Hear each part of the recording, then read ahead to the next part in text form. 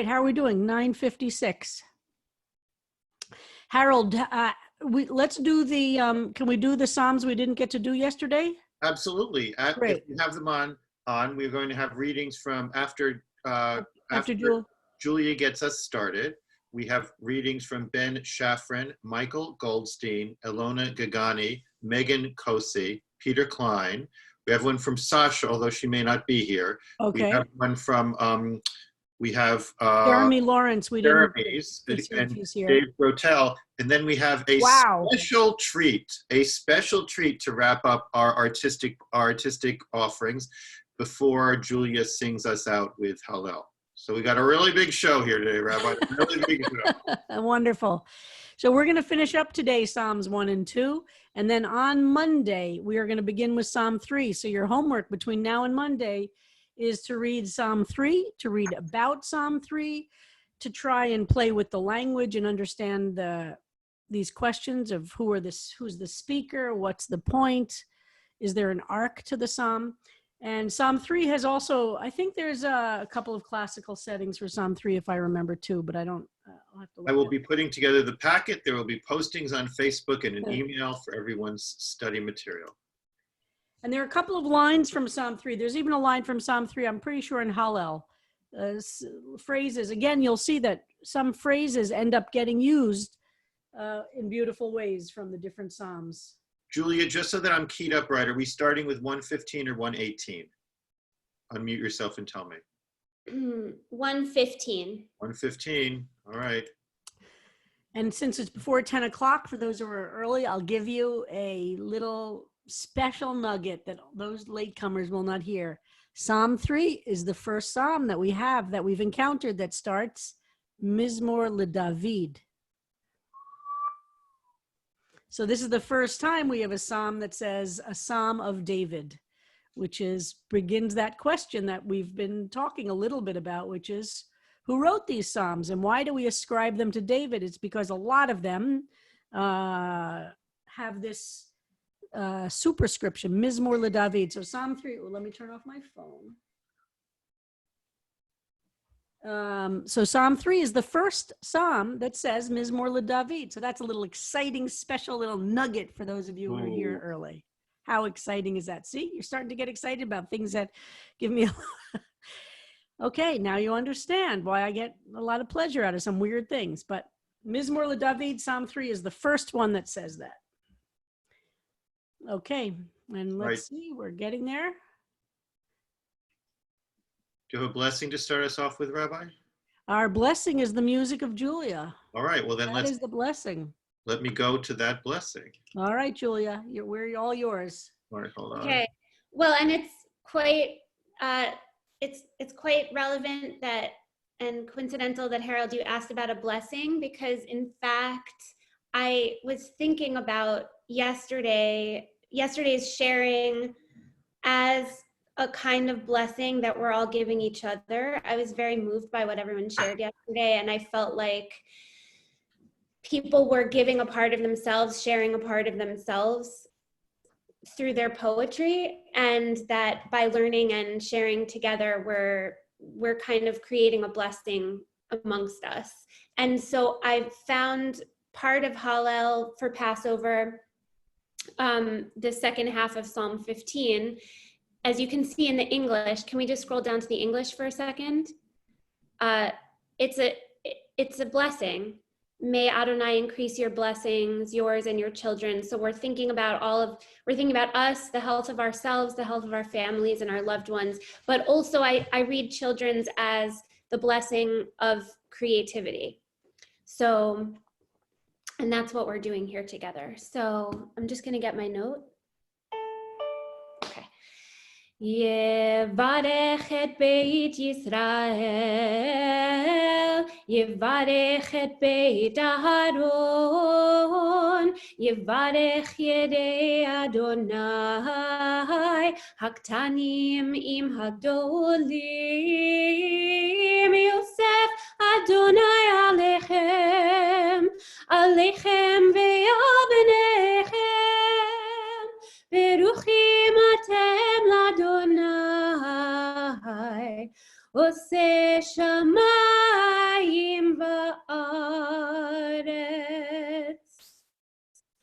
Beautiful. Thank you, Julia. And in the world of blessing, so we had that word yivarech, which means one will be blessed or God will bless, or we'll talk about the construction of that word, but it has the shoresh, the root of the word for blessing, for bracha or yivarech, is bet reish chaf, right? Is Yael Bar Chava on the phone today, on the call today? So does anybody know the Hebrew, where the word baruch or barach or yivarechacha or bracha comes from? What is another Hebrew word that uses the root of bracha? Lisa Brown knows that. Lisa Brown, where are you? Where's Lisa? Could you unmute yourself, Lisa, and tell us? Here I am. So what other Hebrew word has the word for the shoresh, the same root? For kneeling is for a knee. A knee. Yeah. The word for knee is the same root as the word for bracha. And we think the connection is that the concept of bowing down in blessing is connected. So we'll talk a lot about that when we start talking about the word that we'll see throughout the Psalms of bracha. So thank you. So it's connected to the shin bone, it's connected to the knee bone, and it's all connected. So good morning, everybody. So I agree with Julia that it was so beautiful yesterday, and I reread the Psalms that folks wrote yesterday afternoon. And I think we're really creating something very special in the midst of this quarantine. So we're going to continue today, which is our last day of Psalms this week. And as I said, on Monday of next week, we'll go back to the 4-day-a-week cycle. And next week, we will begin on Monday, Psalm 3. So your work between now and Monday is to start studying Psalm 3 together. If you want to do it in chavruta with each other, since some of you know each other, that's a wonderful thing to do, to start reading it and studying it, read about it online, try to understand what the words mean. What questions do you have? What bothers you? What's moving to you about it? Who are the speakers? All the different kinds of questions we've asked about Psalm 1 and 2. See now if you can apply them to read Psalm 3 in advance of our doing it as a group on Monday. So Harold is going to lead us through some more personal adaptations. Wow, it's warm in here. I'm going to take off my sweatshirt. Harold, would you lead us through? I will do that, and I just wanted to repeat that Ben Shafrin, Michael Goldstein, Alona Gagani, Megan Kosi, Peter Klein, Sasha's not here, Dave Grotel should be ready to read their Psalms when we get to them. Let me share the screen, and let me see, hold on. And I have to say, listening and reading the Psalms that all of you have written really deepens our reading of the original, doesn't it? I find that it really deepens. And from now on, whenever I read Psalm 1 or 2, I will be influenced by many of the images and readings that all of you have brought to it. All right. Jeremy is not here today, but he gave me permission to read his poem for him. Okay. Jeremy Lawrence, my second Psalm. We had shared earlier his first Psalm. This is my second Psalm. Why do the populations quaver? Masked and apart, their labors are hollow. Denial is the stance of their kings. They are hiding a truth that they cannot swallow. Let us cut the cords, let us loosen all ties, and their lies come fast and free. But the holder of truth will release its wrath, and these kings, so blind, will start to see hundreds of thousands, too many to count, are dying. Their kingdoms will shatter, but an anointed will come from a mountaintop, and then nothing else will matter. Oh, the kings all jostle for a place in the line. Too late, they'll be shattered to bits. Too late for warnings. It is dying time now. I'll try hope and see if it fits. Blaze, briefly so it says, with fear and trembling. Mountains are there to inspire to climb, with a chasm below and the heavens above me. Don't look down, and suddenly I'm erect, me who never thought I would touch another. And now I see angels who want to connect, perfect vessels of strength and goodness and grace, to wrestle with angels, humankind and divine, sweating face to face. Wow. And I just want to remind people to put stuff in chat. And if there are some individual comments, and I'll talk to Jeremy. I love that. And look, Jeremy really tried and beautifully accomplished a rhyming Yes. Poem, which is the first one we've seen of that. It's much harder to do than it seems, of course, and beautiful. And the images are very strong. And I love that. Really love it. So again, people, I want to also remind that our studying today, if you want to put down, and always with intention before you sit and study, think of whose memory you want to honor with our studying today. And if people have questions or comments, I think we can handle, let's see if you raise your hand virtually, if you can, but put comments in the chat as well. Thank you. Now, Ben Shaffrin. Ben Shaffrin, are you with us? And can you unmute yourself and read your poem? Yes, good morning. It's all you. Psalms 1 and 2, a personal interpretation. Contented is the life of righteousness and self-knowledge, distance from national tumults, kibitzers, fashionable memes. Rooted in the moral imperative, it flourishes quietly, imparting strength, wisdom, stability, succeeding wherever it turns. Not so a life of unexamined willful blindness, rebelling for the sake of rebellion, seeking freedom and ease, overthrowing norms and conventions, unrooted in the roots of tradition. Disappointment and loss are its end. Rootlessness, confusion, and anger are its deserts. But contentment is there to be grasped. Magnificent, Ben. Would you speak as the author? Tell us a little bit about your writing of this. It's a medley of many different Oh no, I do not. ideas. For one thing, I wanted to capture the Ashrei at the beginning of 1 and the Ashrei at the beginning of 2. I used the word contended, but doesn't quite make it. I think the French bonheur would have been a better word, but it's French, not English. And not... Tell us what the difference is. I mean, I appreciate that there are words in different languages that are more direct, but if you could use multiple words, how would you improve on contented?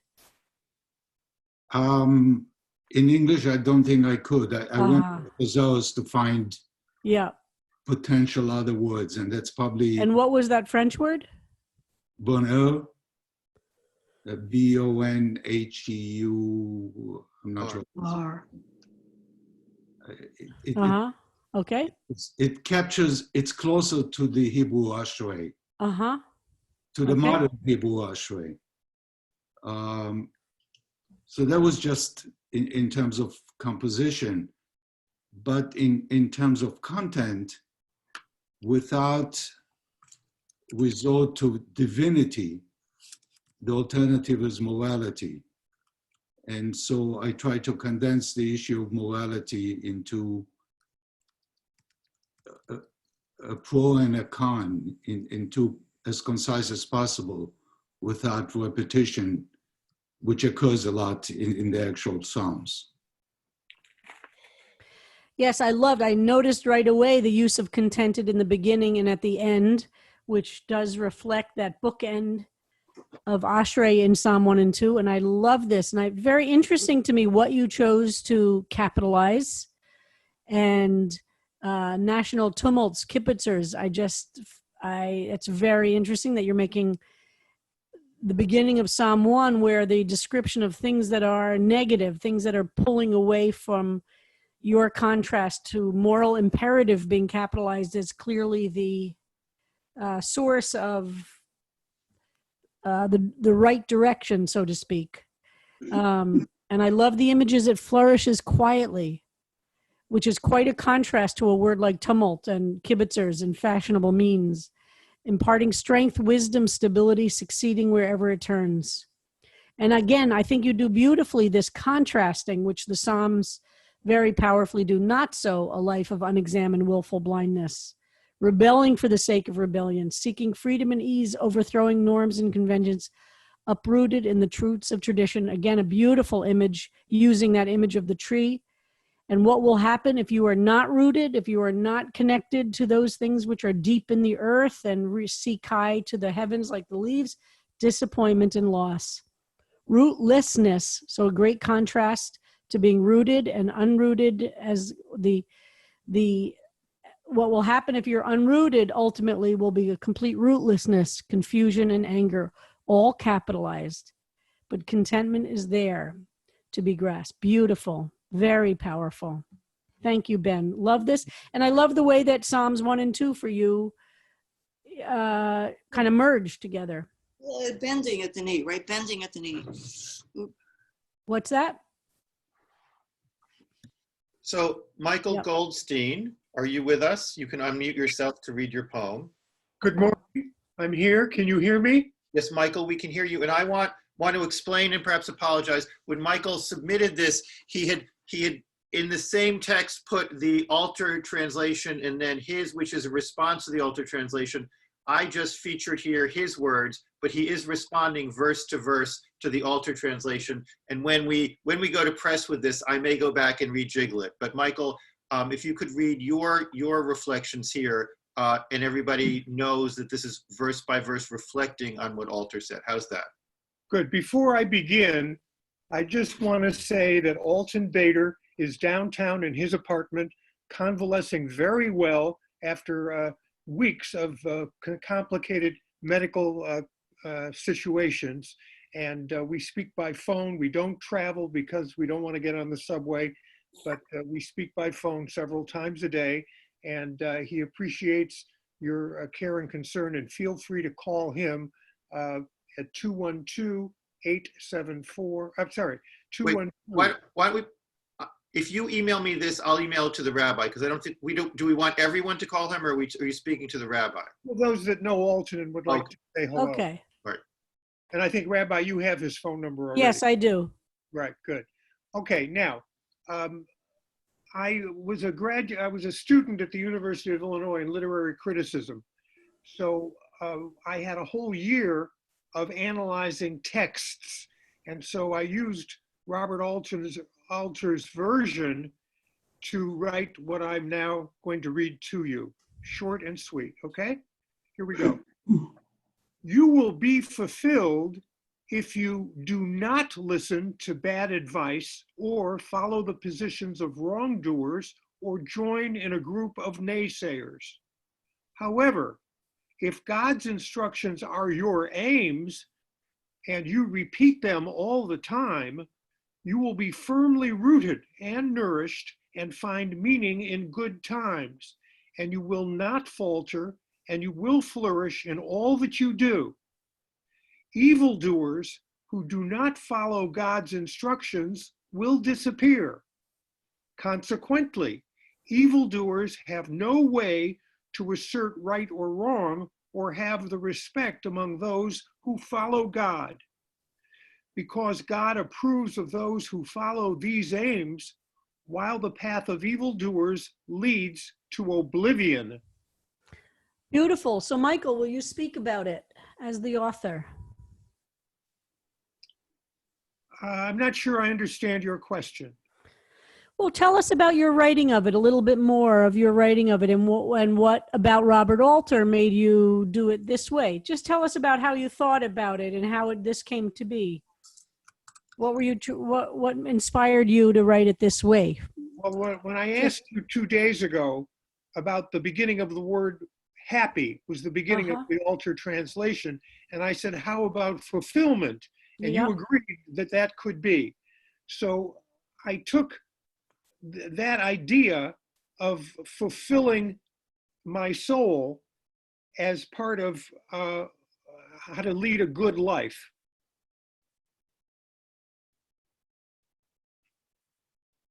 And by not keep going. Advice or following positions of wrongdoers or joining groups of naysayers, I understood all of that. Always be positive. Always try and do good. When I was in university, I studied social philosophy, and there was a book called The Good Life, and it was all about doing good in one's life. And I've always used that hallmark. Okay, good. And I see what you've done in that first sentence. And I'm going to look back. I have altar right here, so I'm going to look at that. But I see you do exactly what the psalm does, which is beautiful, is that you start Ashrei Ha'ish, right, starts with the positive. And then it goes and lists the things you should avoid doing first, which is, I find, a fascinating structure of the psalm. It Right. doesn't start with the positives. It starts with what you should avoid doing in order to get to the positives, which is Right. exactly what you do here. And you follow that triad. Here are the three things you should avoid, or maybe you have four here. Do not listen. But you're following that structure, that there is a building to it. You don't listen, you don't follow, and you don't join in. These are different things. And as we remember, Rashi pointed out, for him, the psalm is, they're escalating. Listening is the first thing that leads you to follow, which would lead you to join in. There are different levels of engagement with the naysayers, so to speak. And I'm very interested to see, you're all doing this beautifully. This juxtaposition word, however, is one of them. So it's saying, don't do the first thing, but here now we're going to give you what the positive things are. Exactly. Yeah, beautiful, beautiful doing. And then you're using God's name, so you're comfortable. Say hello to Randy, everybody. Hi, everybody. Randy's on the route to the printer. And so I love what you're doing here, and that you're using God's name and referring directly to God. Evildoers have no way to assert right or wrong or have the respect among those. So one thing that evildoers lose is even the respect. And then we have God's name is repeated multiply, because what is it that God approves of? Those who follows these. Well, the path, and I find this very powerful, Michael. And this is always the question we have. Well, how do we watch that evildoers seem to thrive? But you're saying in the psalm that ultimately the path of evildoers will be oblivion, even if in the immediate moment we see them doing well, perhaps. Don't worry about that. Ultimately, it will be oblivion. They will be forgotten. They will be, their work in the world will disappear, and the legacy will be of those who try to do good. Beautiful, Michael. Thank you so much. One last thing. In my mind, God, G-O-D, and good, G-O-O-D, are the same thing. And in fact, that's true linguistically. Hold on, let me just let Penny out. Penny, go ahead. Linguistically, that's true in some languages, and not in all languages, of course. And for instance, many people say that when we talk about Good Friday, it's from the linguistic connection to meaning God Friday. And did you hear that Trump actually said Happy Good Friday? It's ridiculous. Good Friday is not a happy day. And it's not Good Friday. It's so some people say that good and God are from similar roots. Well, and God's spell is really good. It's good news. God spiel from the. There you go. So Ilana Gagana. Thank you so much, Michael. Yes, Ilana, you are up Thank you, now. Rabbi. Thank you. If you unmute yourself and share your words with us. Yeah, hello. Hello. Hello from London. Oh, welcome. So happy you're joining us from London. Thank you. So, I looked myself in the mirror and I took my red lipstick and I wrote on it, smile. Maybe my new reality, no matter what. I'm gonna smile every time I look myself in the mirror. Maybe it's not the thing that can change the world, but surely it's gonna change my little world. Because life is like a mirror. If we smile at it, she's gonna smile back. That's beautiful. So first of all, welcome. And I so happy you're joining us. Tell us how you found us, and then tell us about your psalm. Yeah, thank you. So I found you because of one of my friends. He told me here in London, and you have been very, very helpful for me because I'm isolated by myself with my dog in London. So my family is in Italy. So I'm just very, very happy to be every day and share these very positive thoughts. Beautiful. We're so happy to have you. So tell us about your psalm. I love the mirror imagery. Tell us what inspired you to write it this way. Actually, I wrote it really yesterday with my lipstick because I'm also doing a quarantine diary on YouTube. Because I'm also an artist and an actress. So I'm just sharing this time, this period of it's very unbelievable. So, you know, I'm just sharing like my own thoughts and what I think. So that's why it came out the imagine of the smile, because, you know, it's good to remember to myself to look when I look in the mirror every time, just to smile. And I think it's very simple, but we forget sometimes. And what an image, given what isolation and the quarantine is, that the mirror can be, if you're alone, can be the one reminder of your humanity in a very deep way. And I love that you took from the Psalms, okay, this is a wisdom psalm, meaning it's going to teach me something that I need to know to make my life worth living. And that is what the definition of a wisdom psalm is. And here you are. It's just so simple, so clear, and really beautiful. Thank you. Really beautiful. Love that image of a mirror. And love that you're using the moment in time to comment on this 2,500-year-old psalm. Beautiful. Thank you. And so happy to have you join us. So does that mean we have 2 Europeans in the class? Darina and Ilona? At least. Are there others? But wonderful to have both of you. So it's 6 hours ahead there. Is that right? Yeah. 6 hours ahead. Okay, great. Well, welcome. So happy to have you. Thank you. Now we welcome to the mic Megan Kasi. Megan, unmute yourself, and it's all yours. Hi, I'm actually more nervous than when I do actual open mics. Psalm 2, my interpretation. You ask, why are we the nations restless and irritable, and the people always plotting empty plans? You ask, why do our human rulers rebel against Adonai and conspire against the best and the most holy amongst us, saying, we are the best, we are the holy. Look to us and you will be freed forever. Why, you ask, when God looks down upon us and rolls his eyes at our foolish pride, until he's had enough and makes you cower at his rage and his frustration. There are no rulers among men, you fools, only the servants of my will. And this is the thing you see, God said. The child is the father of the man, every day, rebirth, and on repeat. Come to me with your needs, and I will give you the world. It is yours already, dear child. Hurt it as you see fit, and we will shatter ourselves to meet your desire. Now do you understand, rulers of children? Rule wisely and with care. Serve Adonai from a place of awe, and then serve us from a place of fear. Be pure of heart, he is watching, lest you stray toward doom. We are watching. Fortunate are the children, we who protect the heavens and the nations from ourselves. Wow. Wow. Okay, so talk to us. This is magnificent. Tell us a little bit, as the author, what you were thinking, how you arrived at this, what inspired you. As Harold knows, I did it really last minute yesterday morning, right before class. So I just tried to have fun with it because I'm not really trained. I'm an English major, but and I write fiction. Perfect.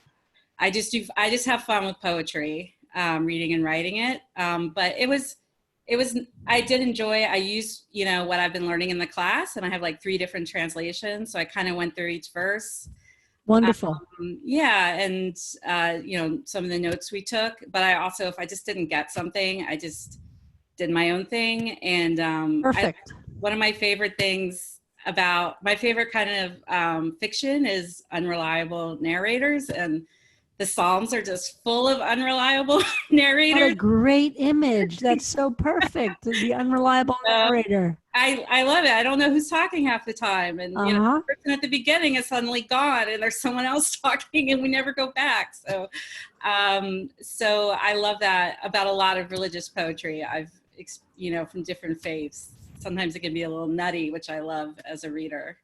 So, and then towards the end, I wrote it, I was just really irritated about the latest thing between, I mean, there's such a vacuum of leadership right now in this world and nationally and even locally sometimes with like the latest squabbles between our local leaders. And I was like, this psalm, I realized by the end, really let me get out some of that anger, and just a reminder that we are all children of God and we are our leaders and our leaders are us. And that's also upsetting too. Yep. That's all. Well, I think a few things that you say are so significant about reading the Psalms. I think one of the reasons I experience Europeans are better at this than Americans as a terrible overgeneralization. And those who are immigrants and not, one of the disadvantages those who are Americans have is that we as Americans tend to want very clear, simple answers. We want things wrapped up in a neat bow. We want there to be a simple answer to things. And we want things to be quickly understandable. I'm overgeneralizing, of course, but I think there's some truth to it.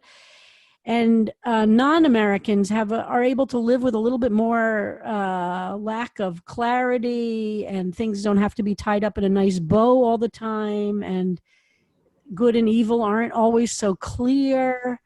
And the Psalms are, as you describe, an unreliable narrator. You can't always figure out. It's not always clear, and you have to live a little bit in that lack of clarity.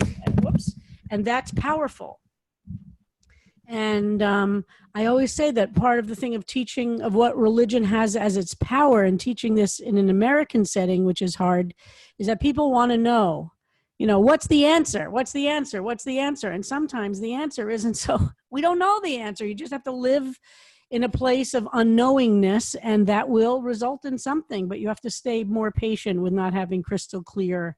So let's look at this a little bit, because I love that you use the whole dialogue thing, and you have quotes, and who is speaking to whom exactly is a little clear and unclear. So you ask, why are we nations? So that's very interesting. You're seeing the Lama Ragshu Hagoyim, not us speaking about them, but you speaking about all of us. Why are we restless and irritable? I like that twist very, very much, because it's making sure that we see ourselves as being the object of the question ultimately, even if we are the askers.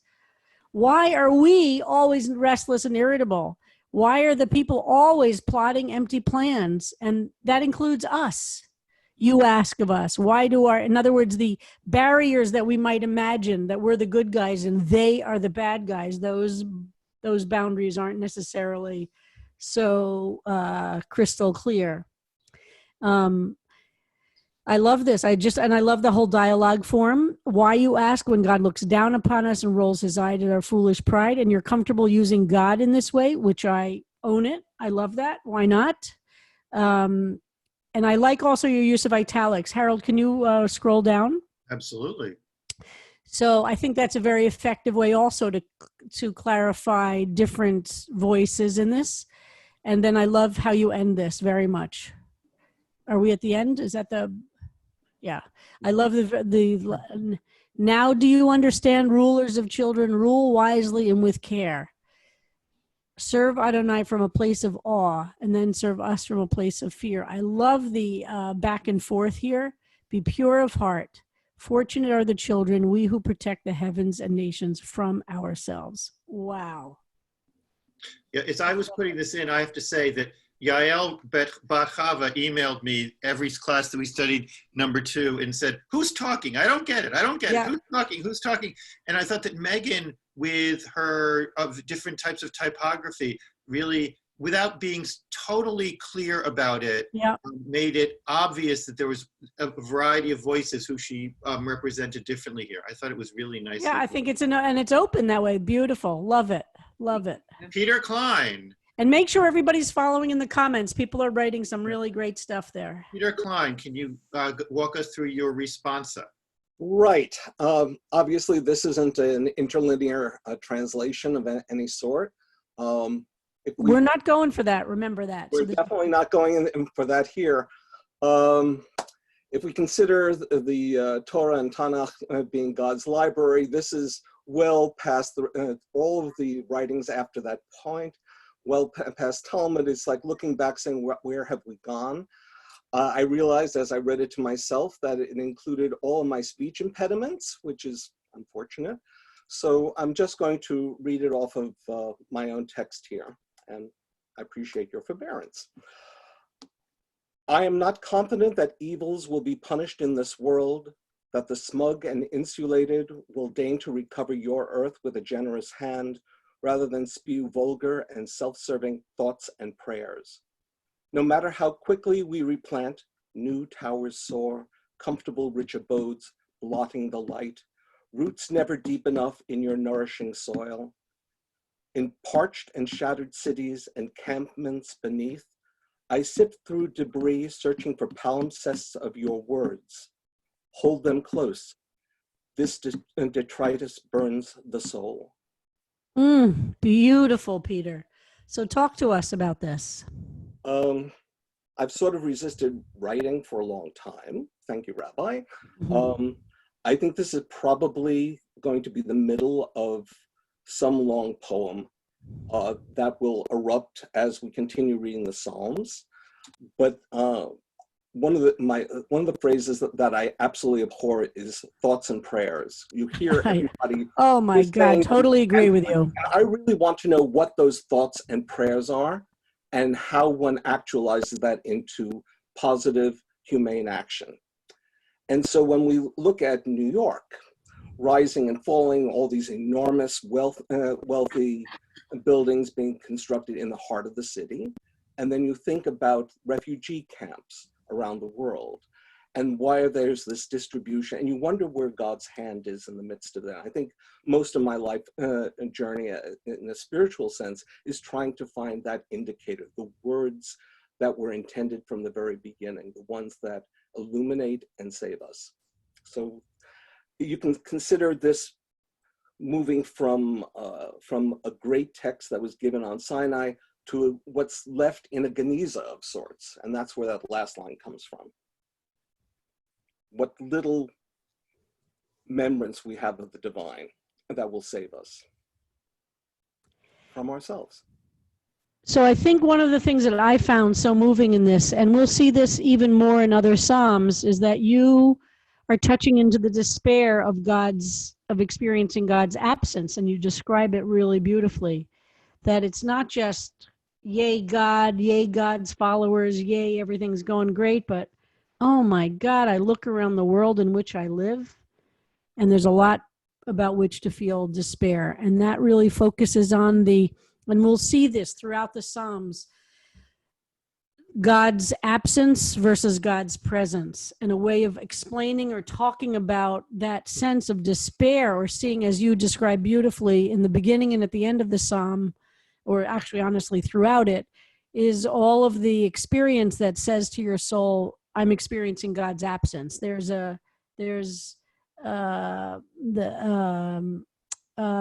Can we go back to the beginning, Harold, just so I could see the top of the Psalm?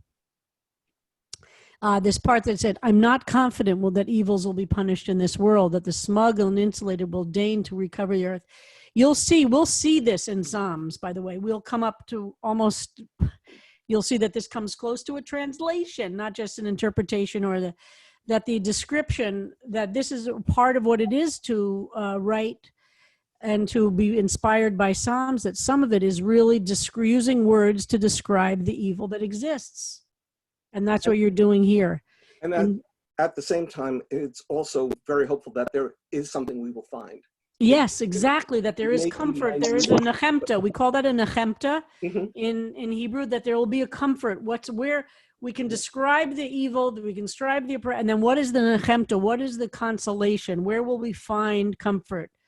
Over and over, Esa Einai, I will lift up my eyes to the hill. Exactly. Where will my help come from?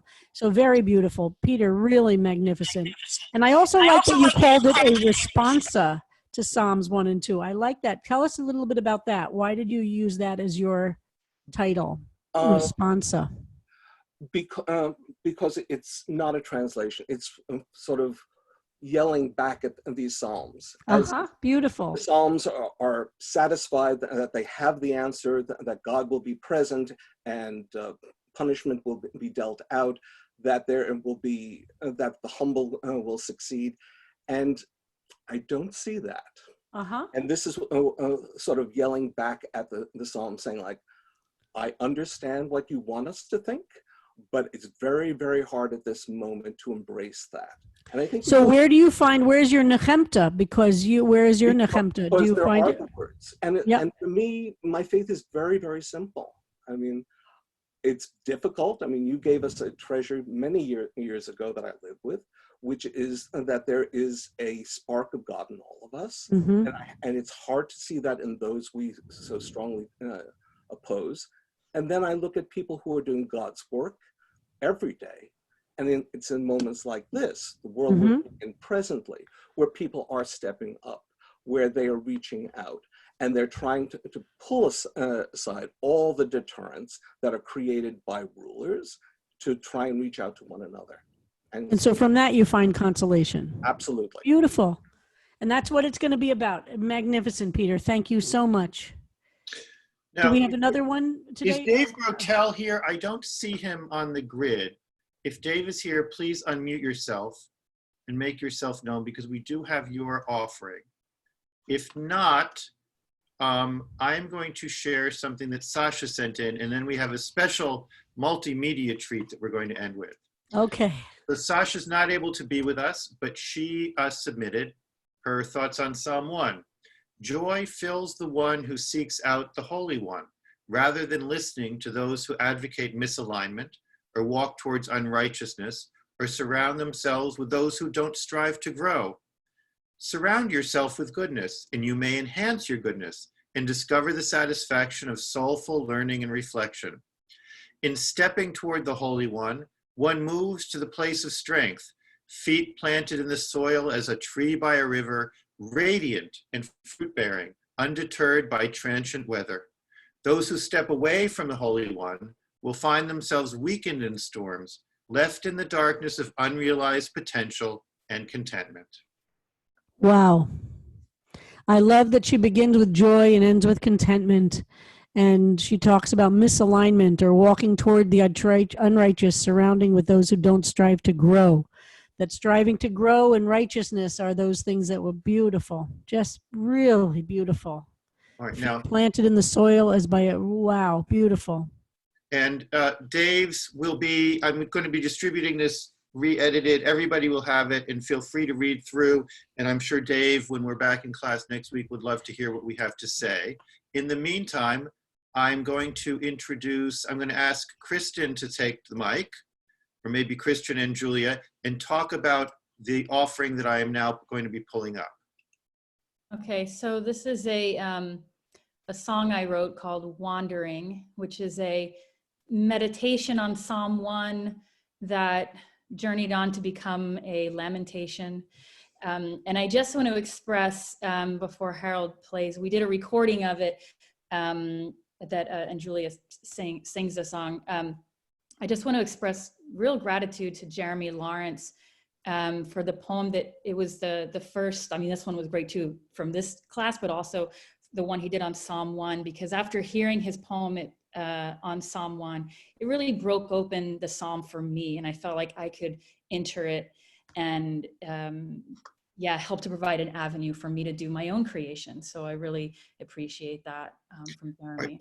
Are we seeing Wandering on our screen? Do you see it? Yes. Yes, we see it. All right, so all sit back.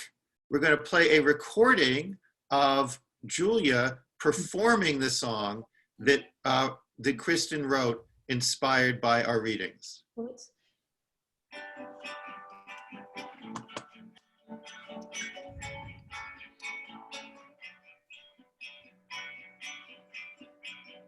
Gathered by the water underneath the arms of trees that stretch across an endless sky, the faithful hit their knees, rising up together as their hands reach through the wind, ready for a summer storm with a prayer out on their limbs. And they're strong like the roots of the skies scraping trees, steady hands through the seasons. What's in store for me? I watch from a distance, broken branches on the ground, listening to the fallen, drifting leaves all around. I search for cover as the clouds start rolling in. I don't see a shelter in the place I've always been.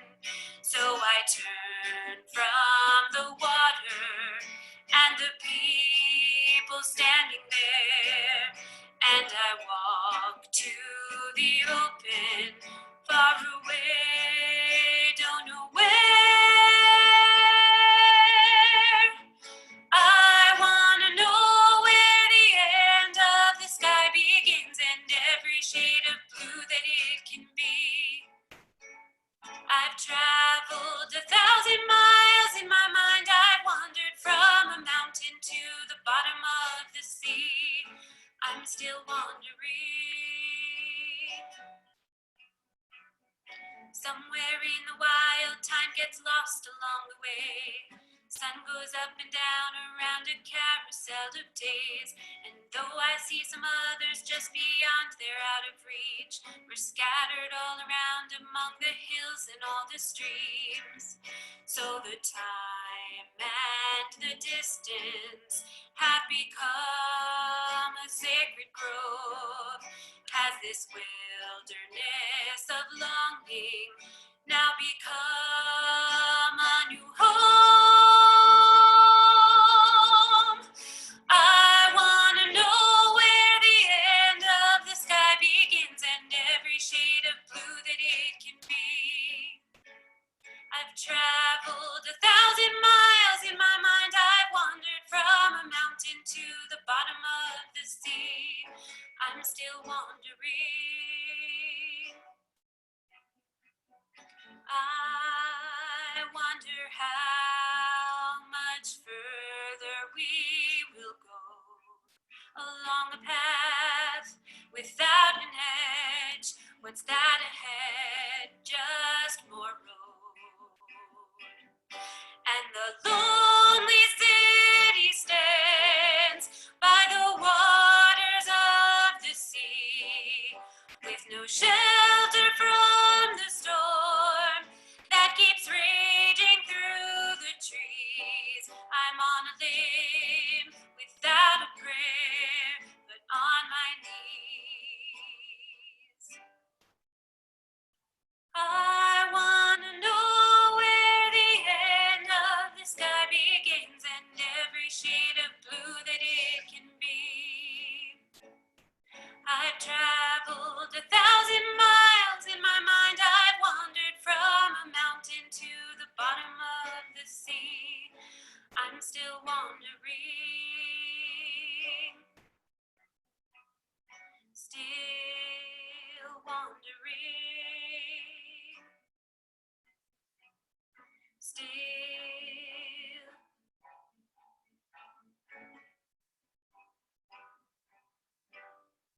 wandering.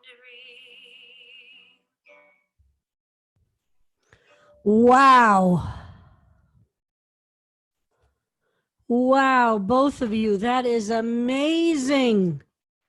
I'm just awestruck with the insight you bring to, for me, for the reading of these Psalms, and the singing of it is just exquisite. Thank you both so much. Really beautiful. I'm so deeply touched by the way these Psalms have touched all of us today in this studying together. Is this our fourth week, Harold? Yes. Third week or fourth week studying together? I can't remember. Magnificent. A few final comments, and maybe people can unmute and just say a few final comments as we end today. Does anybody want to have any final comments today? As we look at us all, wonderful comments on the still wandering. Aren't we all so beautiful? Rabbi, you referred to praying as being on your knees, and in several verses here, they talk about knees, not knowing that you were going to refer to that. Yeah. Wow. Ben wants to say something. Ben Jeffrin, yes. Well, I'd like to add to my earlier comment. I've never written a word of fiction, never mind poetry. Mm-hmm. We're ever grateful to you for instructing us to do it, because having written this interpretation of the psalm, I ended up writing 7 or 8 pages of poetry. Wow, beautiful. Afterwards. And I'm really grateful. I look forward to reading it, Ben, if you would be willing to share at some point. Okay. Let's see, Simon and Sherry. Yes, I love some of the imagery of the finding out where the sky begins and all the shades of blue as kind of a metaphor for deeper knowledge. And of course, that comes back again and again in the song. I just love that imagery. I thought it was very powerful. All right, so we are at time. Julia, would you like to sing us out with another psalm of praise? And everybody, so Rabbi, just a brief announcement from you as to our schedule for services now for the rest of the week, schedules and service and classes. We have services on Thursday morning at 10 a.m. Where we'll be reciting Yizkor and some of Shir HaShirim, which is the book of Song of Songs, also traditionally written by David, by the way, which we will be saying parts of on, we did on Friday night, and we did a little bit on Shabbat morning. We'll do more on Thursday morning, and we will be reciting Yizkor as well. And that will be our final service for Pesach. And then Friday afternoon at 3 o'clock, Deborah Megdal has a wonderful 1-hour session. And then services at 6:30 Friday night. And then Shabbat morning services at 10 a.m. And then Havdalah at 9 o'clock. So those are the services coming up. All right. And I think Julia has for us a psalm that I think is particularly important for CBST. Why don't you sing us out? Ki anitani vatehi li lishuat. Join me. Odeha ki anitani vatehi li lishuat. Even masu habonim Haita ledosh bina, even masu habonim. Haita ledosh bina. Thank you. And Thank you. The circle room will back stay here on open. Monday morning. The room will stay open, and some folks have asked about having a study group or a study partner. If you're interested in that, stay on for a few sessions and chat among yourselves and see if folks want to study together between now and Monday morning on your own, preparing Psalm 3. Bye-bye, everybody, and Chag Sameach, good Yontiv, with Yontiv starts tonight. Bye-bye.